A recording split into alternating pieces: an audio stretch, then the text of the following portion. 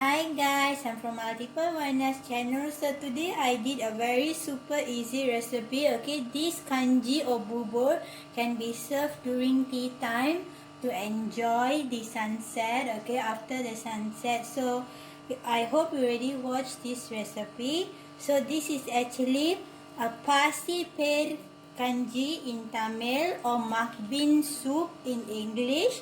Okay, or bubur kacang hijau in Malay.